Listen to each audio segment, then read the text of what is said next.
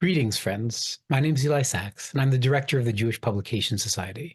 As you may know, in October 2023, we released the JPS Tanakh Gender Sensitive Edition. This is the first major update of our translation of the Tanakh, of the Hebrew Bible, in nearly 4 decades. It was released in partnership with the online library Sepharia, and it solicited praise, gratitude, and many questions. What is this translation? What does gender sensitive mean? Is this the woke Bible? Why are we calling it gender sensitive rather than, say, gender neutral or gender inclusive? And maybe most importantly, is it faithful to the Bible's Hebrew? So these are good questions. And my goal is to think through them together about what this translation does, what it doesn't do, and why it matters. And to do all of this in about 15 minutes. So the single most important thing to know about this new translation is that it's precisely that, a new translation. It doesn't touch the Bible's Hebrew. Instead, it asks how that Hebrew should be rendered into English in a way that's historically rigorous and religiously meaningful. And more specifically, it goes through the Tanakh word by word, line by line, verse by verse, and asks when gender inclusive renderings are appropriate and when gendered language is called for historically and linguistically. So, for example, it asks whether a term for a human being should be translated as person or as man. It asks whether a reference to God should be translated with gender neutral language, say as God, or with a male sounding term, such as king. Now, I imagine that all of this might sound somewhat abstract, so let me try to offer some background and examples. Some of you may know the iconic 1985 JPS TANAKH translation, which is often seen as the gold standard English Bible translation. You may know it with this blue cover or in this Hebrew English edition. It's often referred to as the new JPS translation or NJPS because it replaced an earlier JPS translation from 1917. And it's a translation of which we're immensely proud. Nevertheless, in recent decades, through conversations with clergy and educators and scholars and members of the public, it became clear to us that changes in the English language in biblical scholarship and in other areas had created a need for a revised edition. The goals of all JPS Tanakh translations are historical accuracy and religious musicality. We draw on academic Bible scholarship and on Jewish religious learning to present translations that are faithful to the Hebrew, that capture what the Bible meant in its original context, and that do all of this in a manner that resonates with contemporary readers. But over the course of recent decades, it became clear to us that NJPS, that 1985 translation, might not be accomplishing those goals anymore for all readers. And I think an example from the first book of the Bible, from the book of Breshit, the book of Genesis, will be instructed here. And in particular, let's look at the creation of human beings. More precisely, Genesis 1:26 and 1:27. What you see on your screen right now is the Hebrew with our 1985 translation. So it says in that translation, and God said, let us make man in our image, after our likeness. They shall rule the fish of the sea, the birds of the sky, the cattle, the whole earth, and all the creeping things that creep on earth. And God created man in his image. In the image of God, he created him. Male and female, he created them. There's a lot to recommend this translation. Nevertheless, given kind of what we now know about the Bible and given current English conventions, there are also some issues here. So first, the translation assumes that the biblical God can be described in English masculine terms. In this translation, God created man in his image. In the image of God, he created him, male and female, he created them. Now, it's of course true that the Bible uses a grammatically masculine Hebrew verb form when talking about God. And in fact, given the realities of biblical Hebrew, the Bible doesn't have any other option. That's just how biblical Hebrew works.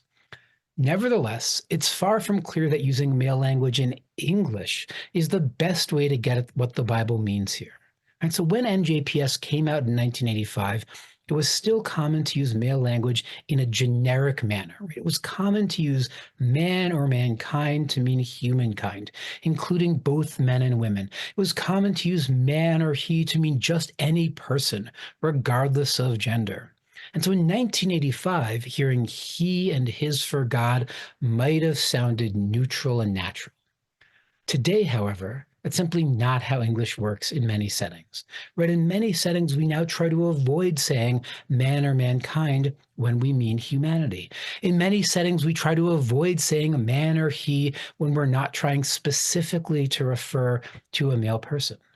With the result that using the former, right, using masculine terminology can sound jarring. It can sound intentional. It can sound like a deliberate decision to emphasize maleness, even when that's not what we're aiming at or what's at stake in a given context.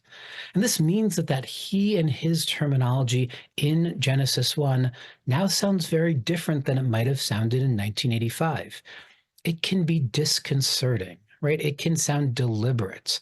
Rather than sounding neutral or natural, it can come across as deliberately casting God as male, or at least as sort of suggesting or hinting at some sort of divine maleness. And that can cause challenges.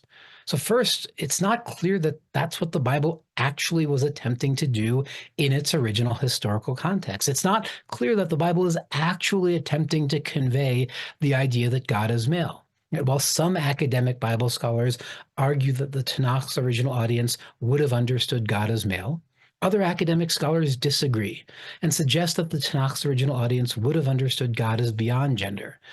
It might be then that terms like his or he are actually distorting or concealing the meaning of the Bible's Hebrew, right? And this worry, I think, is only exacerbated by the fact that, at least on some readings, this text seems to cast God's image as encompassing both male and female. Moreover, for many readers today, male English terms aren't just potentially inaccurate from a historical perspective, they're also potentially alienating from a religious perspective. Some contemporary readers experience God as beyond gender, right? On their view, God is neither male nor female nor linkable to any gender identity. Some contemporary readers experience God as encompassing multiple genders, as in some sense broader than just male or female or any one gender identity. Some readers simply aren't sure and want to come to their own conclusions about these questions. And for those readers, when a translation uses terms like his or he for God, it can seem like the translation simply isn't for them, like the translation is prejudging or predetermining the matter, like the translation is imposing an image of God as male, even when that image isn't the only possible one. It can feel like the translation is forcing a male picture of God on readers, even though that picture isn't compelled by the text or by history or by theology or by anything else. And the same, by the way, is true of that term man.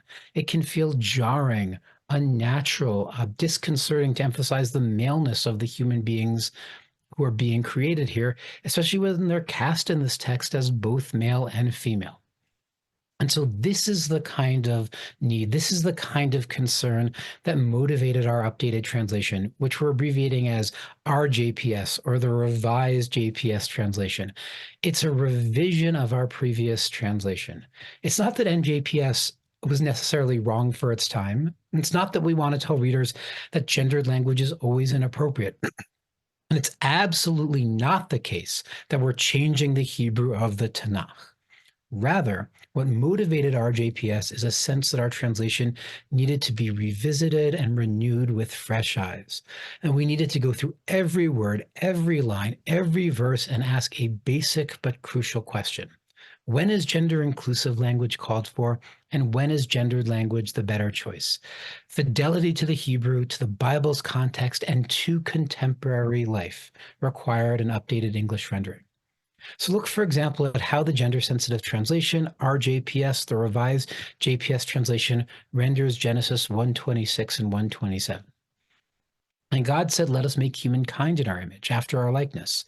They shall rule the fish of the sea, the birds of the sky, the cattle, the whole earth, and all the creeping things that creep on earth. Then God created humankind in the divine image, creating it in the image of God, creating them male and female. So much of NJPS remains in place here. However, references to man have become references to humankind, reflecting a determination that what's at stake here is humanity, broadly understood. Similarly, the English wording has been reframed so that we avoid using male terms like he or his for God, right? So that we're not prejudging God's gender for readers. So, on the one hand, for a reader who believes that the biblical God is male, nothing is stopping them from continuing to hold that view. We're not using female pronouns or even gender neutral pronouns. And indeed, we try to avoid throughout the translation third person pronouns altogether for God. There are no he's, no she's, and no theys when we talk about God in this text. But on the other hand, for a reader who does not see God as gendered male, the translation is now compatible with that view as well. God is not he, God is just God. The text, in other words, has been opened up. Rather than prejudging whether the biblical God is male, we're making it possible for the biblical God to be experienced in diverse ways, trying to empower readers to come to their own conclusions. This is what we do throughout the translation. We go through word by word and try to figure out what sort of rendering is appropriate in each specific case. So, for example, as I noted above, we typically avoid grammatically masculine labels for God, such as he or him. We also no longer translate the tetragrammaton, God's four-letter name, in Hebrew Yud He Vav He, as the Lord in small capital letters. This is a translation that I imagine many of you might be familiar with, but it's also one that can sound extremely masculine. For many readers, Lord sounds like a male title. It sounds like it stands in contrast to lady, and it feels steeped in classic gender hierarchies. Rather, depending on the context, we now typically translate the tetragrammaton as God in small capital letters, or in some cases as the eternal. A good example here is the famous vision of the future in Isaiah 2. This is how it appeared in NJPS in 1985. In the days to come, the mount of the Lord's house shall stand firm above the mountains, and many people shall go and say, come, let us go to the mount of the Lord, to the house of Jacob, to the house of the God of Jacob, that he may instruct us in his ways, and that we may walk in his paths. For instruction shall go forth from Zion, the word of the Lord from Jerusalem. Thus he will judge among the nations and arbitrate for the many peoples. And they shall beat their swords into plowshares and their spears into pruning hooks. Nation shall not take up sword against nation. They shall never again know war. In this rendering, the God who rules in this redeemed world is described in emphatically male terms as the Lord with his ways, his paths, his judgments. However, it's not clear that that maleness is what the biblical text is actually trying to convey or emphasize here. And in fact, for many readers, it can be jarring to experience this transformed, redeemed, better world with language emphasizing the deity's maleness. To address this, then, our JPS translates the tetragrammaton as God and reworks the English to avoid all of those hises and he's. We now read about the Mount of God's house, about going up to the Mount of God, about being instructed in God's ways, about walking in God's paths, about the word of God and God's judgments. One of the Bible's most powerful, stirring visions of the future has thus been opened up. The translation no longer prejudges whether the deity associated with this future era of peace and harmony needs to be understood in male terms. God remains a ruler, but not necessarily a lord. God's ways and paths and judgments pervade, but they're God's rather than his. We do something similar with human beings, going through each reference to people and asking whether just men are in view or whether the reference is to persons in general, without particular concern for gender. So another example is a famous passage from Leviticus 19. You see it here in NJPS in the 1985 translation. When a stranger resides with you in your land, you shall not wrong him. The stranger who resides with you shall be to you as one of your citizens. You shall love him as yourself, for you were strangers in the land of Egypt. I, the Lord, am your God. So in a passage that seems to demand equality with, or at least concern for the stranger, the non-Israelite, the gendered language just jumps out, right? Is it just the male stranger in view here, or all strangers, regardless of gender? Is this somehow just a call to treat male strangers like male citizens, or is this a demand to extend care to all strangers, male or female? So based on the context and scholarship, our translators came to the conclusion that it's the latter, that this is a reference to all strangers. So our JPS offers the following. When strangers reside with you in your land, you shall not wrong them. The strangers who reside with you shall be to you as your citizens. You shall love each one as yourself, for you are strangers in the land of Egypt. I, the Eternal, am your God. The broad reach of this passage is now clear, right? It's each one who should be loved, not just him. So this then is what we mean when we call this translation gender sensitive. It's sensitive or attentive to how gender and language function in the Hebrew Bible. It addresses issues related to gender in a manner that's faithful to the Hebrew, that's steeped in the best of academic scholarship and Jewish learning, and that resonates with contemporary readers. Now, I want to stress none of this means that our JPS abandons gendered language. On the contrary, there are many cases in the Bible where gender is absolutely at issue, and in those cases, we retain gendered language. So, one good example is a passage from Exodus 22. This passage states, if a man seduces a virgin for whom the bride price has not been paid and lies with her, he must make her his wife by payment of a bride price. If her father refuses to give her to him, he must still weigh out silver in accordance with the bride price for virgins. So in the Bible's world, the concern was not simply with people seducing virgins, regardless of whether those virgins are male or female. Rather, the concern was with a man seducing a female virgin. And therefore, we've retained that gendered language here. Right? Put differently, we're not attempting to obscure the deeply and profoundly gendered nature of the biblical world. The Bible's world was one where there were bride prices, not spouse prices, where fathers had rights over daughters, where husbands exercised privileges denied to wives, where gender roles were often emphasized. And our translation captures all of that. We're not attempting to transform the Bible's world into the world of 21st century readers. Rather, we're attempting to open up the Bible's world to those 21st century readers. So there's so much more that we could say here about other changes beyond gender, about online resources associated with this translation, and we've got short videos with those as well. You'll see links to those videos in the comments here. You can also learn more here about discounts and other ways to make sure that you have access to this material. We at JPS are also resources for you. For now, then, I just want to conclude by thanking you for thinking with me today and for joining together to explore how the Bible continues to speak in today's world.